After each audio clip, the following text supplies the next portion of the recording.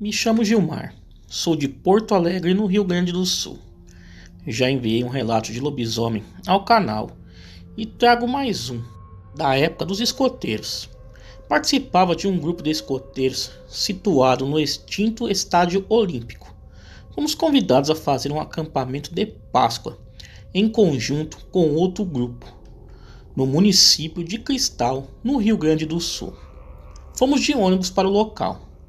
Esta era uma antiga estância, cercada por vastos campos e uma pista à frente desta propriedade, existente desde a Revolução Farroupilha, a qual foi morada de Bento Gonçalves, até ele partir para combater na histórica Revolução Farroupilha. Chegando neste lugar, começamos a descarregar nossas coisas no ônibus, pois ele voltaria à capital e retornaria para nos buscar no final do feriadão de Páscoa. Então, logo descarregadas as coisas, começamos a procurar locais para começarmos a montagem de campo.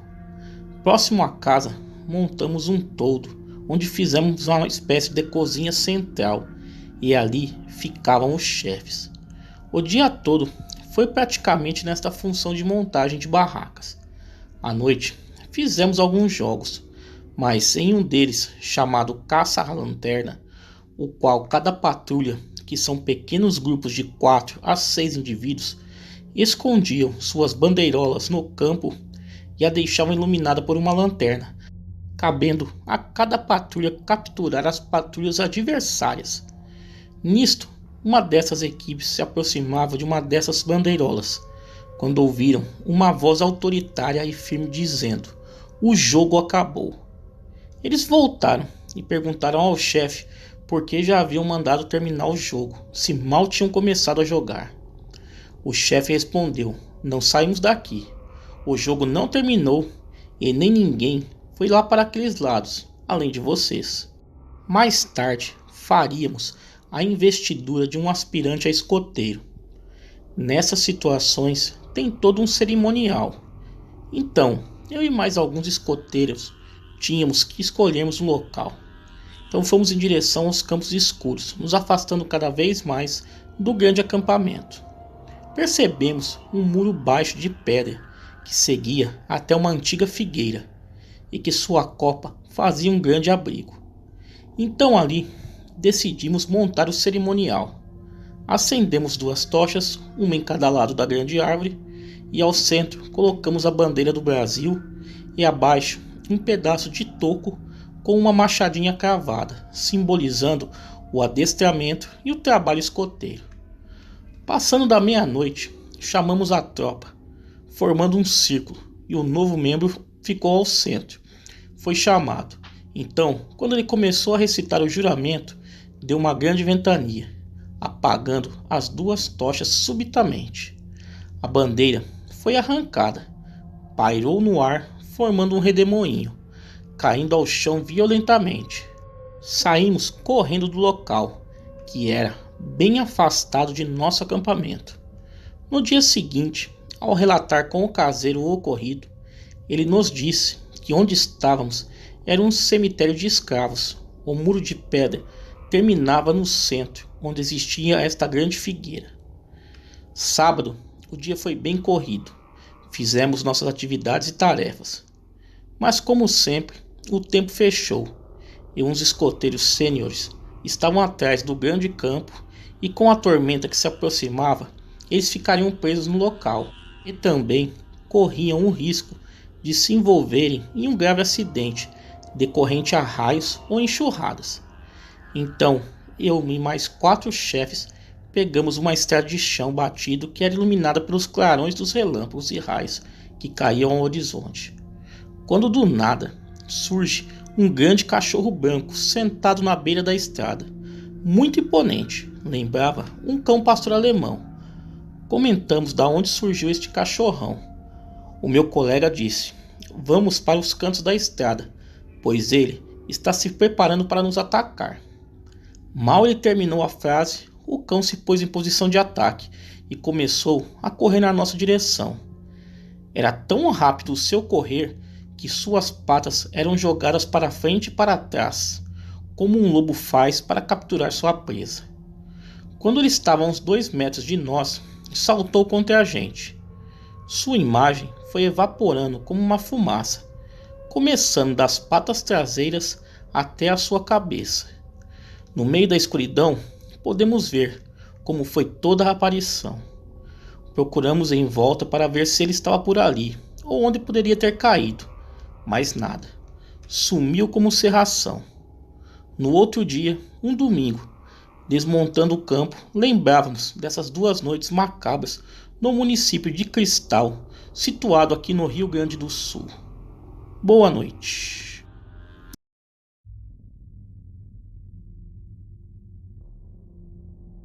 Oi, tudo bem? Eu vim contar esse relato e gostaria muito que fosse contado no seu canal. Não enviei ele para nenhum outro. Antes queria dizer que sou muito fã do seu canal. Meu nome é Laiane. Atualmente eu tenho 17 anos. Isso que vou contar aconteceu no estado de Alagoas. Eu e um primo meu fomos criados na mesma casa pelos nossos avós paternos. Eles nos deram todo o amor como pais de verdade. Nós morávamos na cidade de Satuba, ali ao lado de Maceió, capital de Alagoas. Infelizmente, meu primo, aos 15 anos de idade, entrou em uma vida totalmente errada. E em dezembro de 2014, quando ele estava com apenas 20 anos, foi assassinado em Maceió. Foi um choque para os meus avós. Então, a minha avó resolveu ir passar um tempo na casa da irmã dela, em Arapiraca. Meu avô não quis ir, pois ele era pescador. E como estava muito triste pela morte de um neto que ele criou com tanto carinho, ele queria ficar um pouco sozinho e ir pescar, o que para ele era uma terapia. Então, em fevereiro de 2015, eu e minha avó fomos para a casa da irmã dela, que é a mesma coisa se fosse minha tia. Eu não gostava muito de ir lá, principalmente à noite. Lá era o interior bem afastado da cidade. Só tinha uma plantação enorme de cana-de-açúcar na frente e poucas casas do lado. O resto era só mato mesmo. Então, logo chegou o carnaval e logo depois a quaresma. Nessa época, eu estava com 11 anos. E um dia, a minha tia perguntou à minha avó se eu era batizada. E minha avó falou que não. Minha avó nunca me batizou, pois ela era evangélica e não acreditava nessas coisas. Quando a minha avó falou que eu não era batizada, minha tia fez uma cara de espanto e não falou mais nada. No outro dia, eu estava entediada. Então, sentei ao lado da minha avó e minha tia, que estavam conversando no pé da porta da cozinha. Fiquei ali, só escutando a conversa, pois se eu falasse alguma coisa sem ser chamada na conversa, a minha avó era capaz de me dar um tapa na boca. Ela era daquelas pessoas brutas da roça, sabe? Então, eu comecei a escutar minha tia falando. Bom, eu vou contar em primeira pessoa para ser mais fácil de entender. Essas são as palavras da minha tia. Quando eu tinha me casado com o Zé, marido dela, eu estava na casa da minha comadre, assistindo televisão. Naquela época, quem só tinha televisão na casa era gente rica.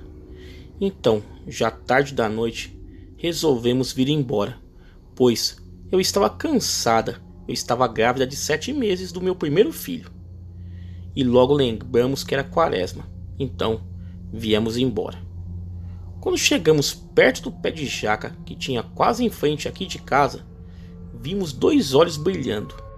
E percebemos, pela lua cheia que brilhava no céu, que tinha alguma coisa preta embaixo do pé de jaca. Mas achamos que era um cavalo ou um boi que estava na estrada. Estávamos já a pé, porque a casa da minha comadre não era tão longe.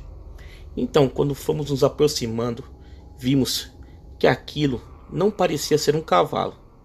Então o Zé ficou na minha frente e tirou da cintura uma faca que ele sempre andava, pois como estávamos a pé, uma estrada escura, era bom ter algum modo de se defender, mesmo que naquela época não tivesse assalto algum por aqui. Cada vez que chegávamos mais perto daquilo, sentíamos um cheiro horrível de carniça, o que me fez querer vomitar, já que eu estava grávida. Então aquela coisa saiu debaixo do pé de jaca e tivemos aquela horrível visão do inferno. Aquela coisa era o próprio demônio mesmo. Estava de 4 patas, ele era de um tamanho de um boi de porte pequeno. Aquela coisa tinha os pelos negros e arrepiados, os olhos amarelos, as orelhas grandes, que quase cobriam seus olhos. Aquilo começou a grunhir igual um porco. Então, meu marido apontou a faca para ele, mas ele não olhou só um segundo para o meu marido. Aquele bicho só olhava para minha barriga e babava com os dentes para fora. Aquilo ficou sobre 2 patas. Ele alcançava fácil 2 metros de altura. Então, ele começou a vir desengonçado e lentamente até nós. Estávamos paralisados de medo e não tivemos reação alguma. Então aquele bicho chegou bem na nossa frente, deu a volta pelo meu marido e vinha na minha direção. Do nada, aquele bicho levantou os braços e com certeza ele queria enfiar as garras na minha barriga para tirar meu bebê. Então nessa hora, o Zé jogou um candeeiro em cima dele e conseguiu golpeá-lo embaixo do braço. O bicho deu um grunhido de dor e saiu correndo, quebrando cana. Mas fomos para casa com o coração acelerado e eu comecei a sentir dores na barriga. Mas aos poucos eu tentei me acalmar e aquelas dores foram passando. Naquela noite, aquela coisa não voltou mais. Assim que o meu filho nasceu, batizamos ele e nunca mais vimos aquela coisa. Isso foi o que a minha tia disse. E eu fiquei prestando atenção sentada ali. Bom, eu sempre gostei dessas histórias de lobisomem. E como já sabia de muitas histórias, logo eu soube que aquilo que ela viu era um lobisomem. Bom, passou-se exatamente 5 dias. E era numa sexta-feira de quaresma. E quando acordamos de manhã, estava faltando energia. E não sei porquê, talvez uma ironia do destino, para nos colocar medo, passou o dia todo sem energia. Chegou a noite, então estava sem luz. Fomos deitar cedo, umas 8 horas da noite. Eu e minha avó não dormíamos na casa da minha tia, porque era uma casa muito pequena. Nós dormíamos ao lado da casa dela, em uma casa que ainda estava construindo. Ela já estava toda coberta, mas não tinha a porta de trás da cozinha, era apenas uma cortina fechando. O tempo foi passando e nós não conseguimos dormir. Ficamos ali conversando sobre o meu primo. Estávamos sentindo muita falta dele. Não sei quanto tempo se passou, mas do nada começamos a ouvir um monte de cachorros latindo. E logo eu fiquei com medo, porque toda a vida fui medrosa mesmo. Então do nada escutamos um uivo que parecia vindo do inferno. E logo a minha avó ainda falou misericórdia. Então nós ficamos paralisadas na cama. Dá para imaginar o nosso medo. Nós não tínhamos proteção nenhuma naquela casa, pois ela estava sem porta. E aquilo dava no intervalo de 2 minutos para cada uivo e cada vez mais perto. Eu, muito corajosa que sou, comecei a gritar chamando pela minha tia. E ela respondeu que era um cachorro que ela tinha na frente da casa dela. Mas o cachorro já era velho e nem latia direito. Então minha avó olhou pela janela que tinha e viu que o cachorro estava sentado em uma pilha de areia que tinha na frente da casa. Então do nada começamos a ouvir a cana na frente da casa quebrando. Então dava para saber o nosso desespero, Minha avó começou a orar pedindo a Deus proteção. E por incrível que pareça, aqueles uivos duraram mais ou menos uns 15 minutos. E do nada, parou. Mas a cana na frente da casa continuou quebrando e era aquela barulheira. De repente, deu um silêncio. E nós percebemos que tinha algo correndo na cana e se distanciando da casa. Quando não estávamos escutando mais nada, por incrível que pareça, a luz voltou. E a minha tia foi lá em casa para ver como nós estávamos. Minha avó falou que estávamos bem. E ela perguntou se nós queríamos dormir na casa dela, só que teríamos que dormir no sofá. Minha avó não quis, pois ela tinha problemas na coluna e não ia ter como dormir no sofá. Então ficamos lá. Não consegui dormir naquela noite, e no outro dia eu implorei a minha avó para irmos embora. Então ela falou que só teria como ir embora na segunda. Então tivemos que dormir ali no sábado e no domingo ainda. Mas graças a Deus não aconteceu nada. Na segunda fomos embora, e até hoje eu não voltei mais lá. Nós não chegamos a ver nada naquela noite, mas com certeza tinha alguma coisa horripilante dentro das canas. Mas Deus foi tão bondoso e protegeu a gente e nada aconteceu. Hoje conto essa história com saudades, pois o meu avô faleceu há 2 anos atrás e minha avó faleceu em maio desse ano devido a essa pandemia. Infelizmente aconteceram coisas ao longo do ano e eu não morava mais com ela. Atualmente estou morando na Bahia e ela faleceu em Alagoas, na casa que aconteceu esse relato, pois quando meu avô faleceu, ela voltou a morar lá com a irmã dela, para não ficar sozinha, né? Esse vírus maldito nos pegou de surpresa, infelizmente, e levou a coisa mais preciosa que eu tinha na minha vida. Então resolvi contar esse relato em homenagem a ela, pois ela sempre gostava de contar essa história para as pessoas que acreditavam. Então, galera, quem escutou o relato até o final, deixem nos comentários se vocês acham que o que estava na cana era um lobisomem mesmo.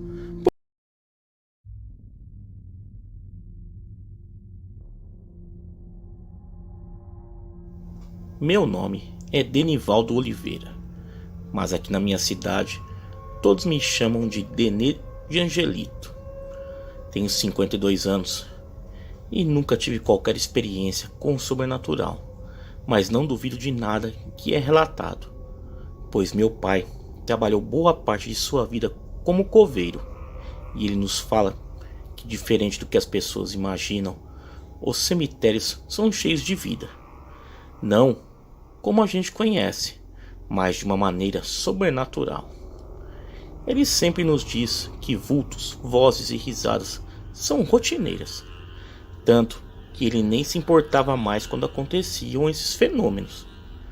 Porém, outras coisas macabras apareciam de vez em quando, e nesse caso ele tinha medo, pois com certeza eram demônios vindo do próprio inferno.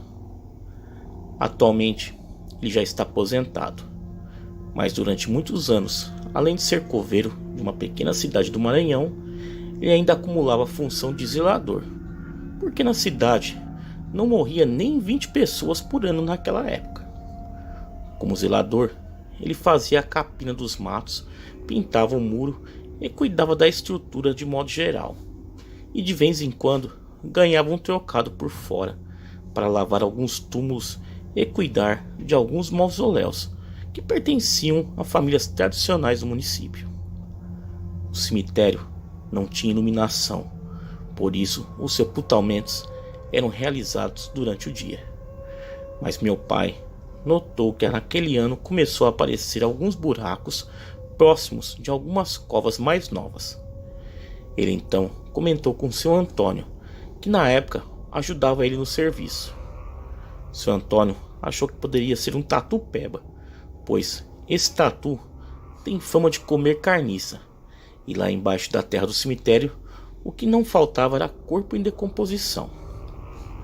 Seu Antônio morava na última casa da rua que dava acesso ao cemitério, que ficava fora da cidade. E passado alguns dias, morreu uma senhora já idosa, e eles sepultaram-na ao final da tarde. E logo após o sepultamento, todas as pessoas foram embora. Ficaram apenas meu pai e o seu Antônio. Meu pai pediu que o seu Antônio guardasse as ferramentas no quartinho, que ficava no fundo do cemitério, que ele já ia embora. Seu Antônio saiu para guardar as ferramentas, ficando apenas ele lá. E a essa altura já estava bem escuro. No outro dia, por volta das 8 da manhã, meu pai chegou na casa do seu Antônio e chamou ele para ir encapinar o mato do cemitério. Mas percebeu que seu Antônio estava estranho, cheio de rodeios. Então meu pai perguntou se aconteceu alguma coisa.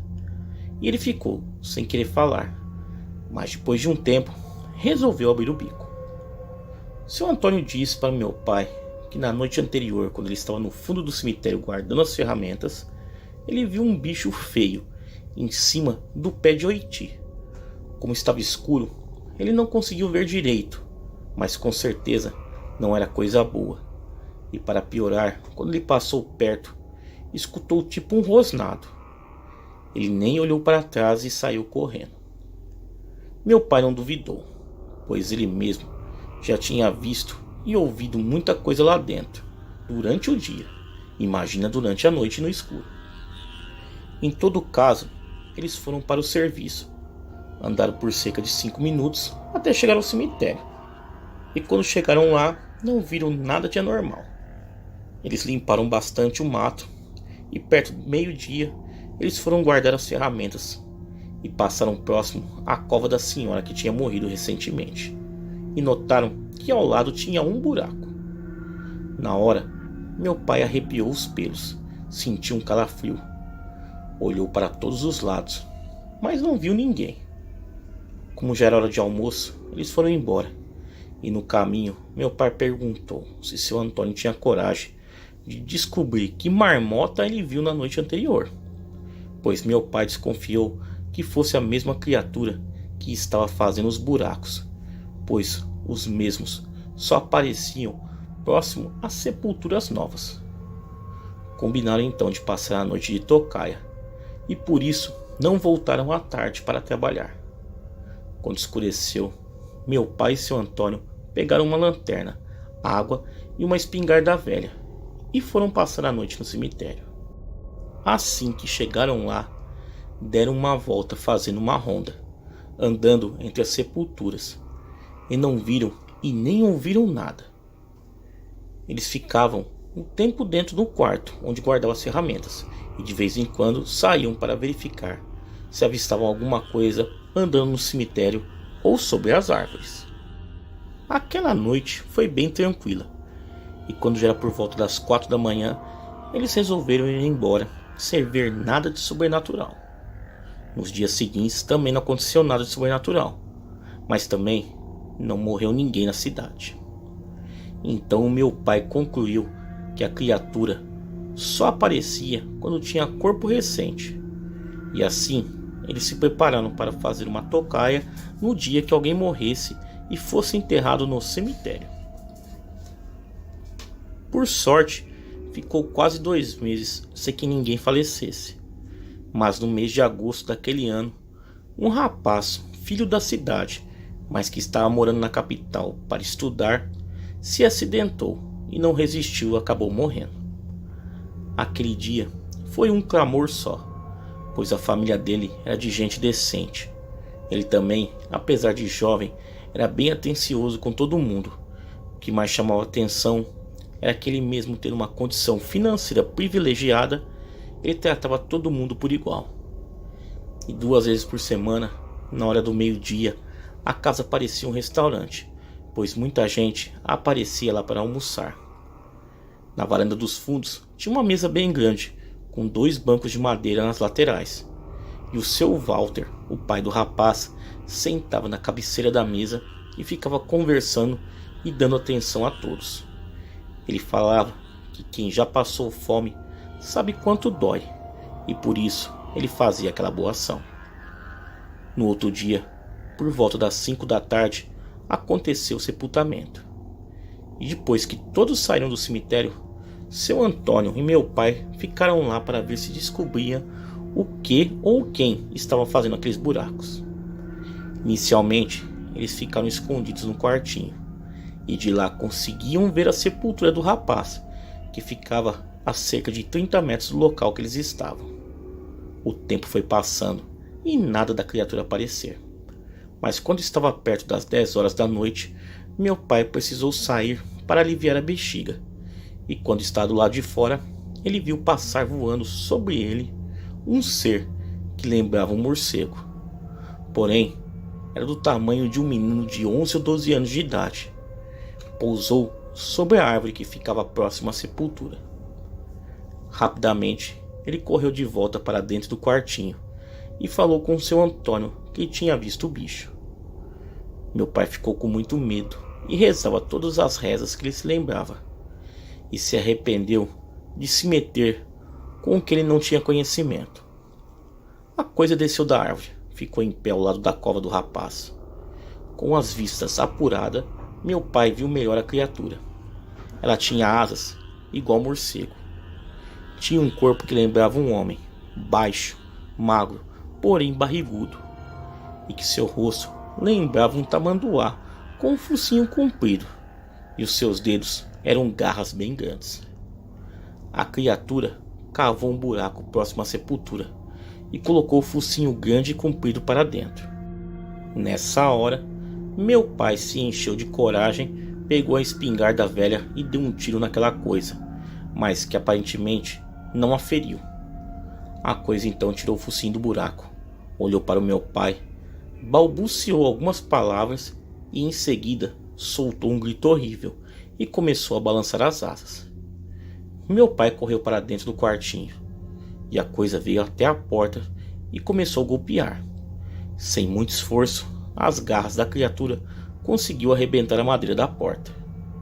Nessa hora, meu pai e seu Antônio pensaram que iriam morrer, pois ele não conseguia lutar contra aquele ser demoníaco, apesar de aparentemente frágil, era muito forte. Quando a criatura já estava quase entrando no quartinho, o meu pai viu um clarão e em seguida a criatura saiu de frente à porta e foi para o lado. Meu pai nem seu Antônio tiveram coragem de sair lá de dentro e ficaram apenas orando. Pelo que meu pai nos conta, ele sentiu como se a criatura estivesse lutando contra alguém. Mesmo assim, ele ficou lá dentro, trancado, morrendo de medo, até que se fez um silêncio e parece que tudo voltou ao normal, com exceção era a claridade, bem atípica. Depois de alguns minutos, ele e o seu Antônio saíram do quartinho e viram algumas pessoas andando entre as sepulturas, mas essas pessoas estavam emitindo uma luz azulada no contorno de seus corpos. Meu pai disse que nessa hora ele não teve mais medo, muito pelo contrário, sentiu uma paz e segurança com a presença daqueles seres ali dentro. No outro dia, ele e seu Antônio avisaram as autoridades e elas falaram na época com o padre. E depois de alguns dias, secretamente, alguns padres diferentes chegaram na cidade e durante as madrugadas faziam rituais no cemitério. E meu pai os acompanhava durante as cerimônias. Depois que eles fizeram os rituais, nunca mais o demônio apareceu no cemitério. Porém, meu pai disse que várias vezes ele via o jovem Pedro, que olhava para ele e dava um sorriso, como se estivesse agradecendo meu pai por não ter permitido que aquele demônio violasse o seu túmulo e os seus restos mortais. Até hoje, meu pai não sabe quem eram os seres de luz e tampouco o ser demoníaco. Mas depois de ouvir tantas histórias do meu pai, eu cheguei à conclusão que os cemitérios guardam muito mais do que corpos. Eles são portais para outras dimensões. Galera, vamos aí a um segundo relato. Sou policial e ver mortos em acidentes, homicídios e em outras circunstâncias nunca me preocupou. Mas este caso que vou contar agora foi diferente. Certo dia, eu e o meu parceiro fomos chamados para atender uma ocorrência, na qual algumas crianças haviam encontrado um corpo já em adiantado estado de decomposição. Pois bem, fomos para lá. E chegando no local, lá estava o corpo, com um cheiro insuportável. Mas tínhamos um trabalho a fazer. Então isolamos a área e aguardamos a perícia técnica. Só que o tempo passou. Acabou demorando muito e finalmente anoiteceu. Todos foram embora do local e ficamos somente nós três, os dois policiais e o morto. Fomos então para a viatura para ficar aguardando a perícia, sendo que nesse momento algo estranho começou a acontecer. Aquele cheiro insuportável do corpo em decomposição mudou para um perfume maravilhoso. Então neste momento, eu e o meu parceiro vimos o que se pode descrever como algo sobrenatural. Ao lado do corpo que estávamos vigiando, surgiu um ser que brilhava e ao mesmo tempo acariciava o cadáver. sendo que parecia nutrir por ele um enorme carinho. Confesso que tanto meu parceiro como eu ficamos paralisados ante aquela cena e não conseguimos sair da viatura para ver aquilo de perto. Ficamos então ali, observando aquela cena, a qual durou um certo tempo. Nesse intervalo, meu parceiro rezava tudo o que lhe vinha à mente, sendo que eu, por outro lado, queria ir até lá, ver aquilo mais de perto. Mas me faltavam forças, era algo inacreditável. De repente, aquela figura se afastou do corpo e passou ao nosso lado, e nisso notamos que a fragrância que sentimos vinha dela com certeza. Então ela parou e olhou para nós, que ficamos atônitos com tudo aquilo. E então, com um pequeno sorriso, ela se foi. Nisso, nossa força voltou e nos sentimos renovados. Então, nos afastamos do local por precaução, sem perder o corpo de vista, é claro. A noite continuou e nós tentávamos explicar com lógica o que fora aquilo tudo, mas nada se encaixava com aquela realidade vivida. O dia amanheceu e por volta das 6h15 da manhã, o perito apareceu e fez o seu trabalho, constando que o corpo se tratava de um senhor de 55 anos. Olhou os documentos no bolso, já estando ali há uns 5 dias aproximadamente. Após a realização da perícia, o corpo foi levado para o IML, onde ficou constatado que a causa-mortes foi um ataque cardíaco fulminante. Então, neste momento, chegaram algumas pessoas para realizar o reconhecimento do corpo, sendo que viram que se tratava de um parente seu. Junto com eles, foram trazidas várias fotos, e entre elas havia uma que nos chamou a atenção. Era do dia do casamento do falecido, e lá estava a figura que vimos à noite ao lado do corpo.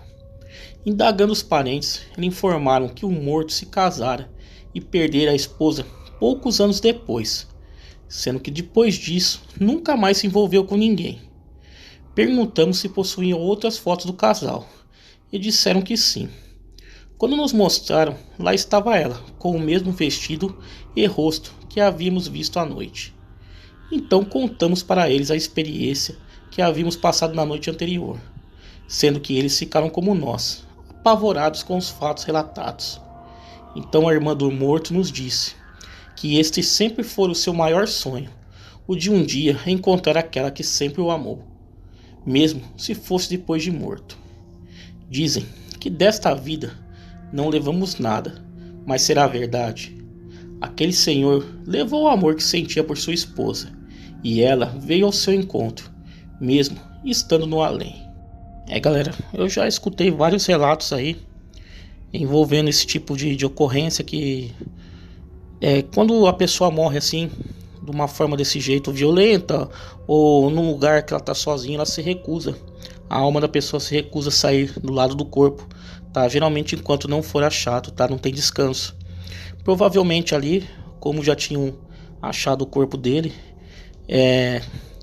a esposa veio para confortar a alma dele ali e levar ele para um lugar melhor. Com certeza foi isso que aconteceu ali.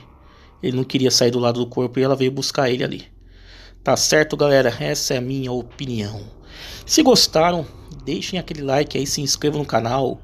Quem tiver relatos iguais a esses aí, quiser enviar o canal, o e-mail está aparecendo aí na tela, tá na descrição do vídeo também. Me sigam também nas redes sociais, Facebook, Instagram, Twitter. Os links estão todos aí na descrição do vídeo. Galera, muito obrigado e até o próximo vídeo.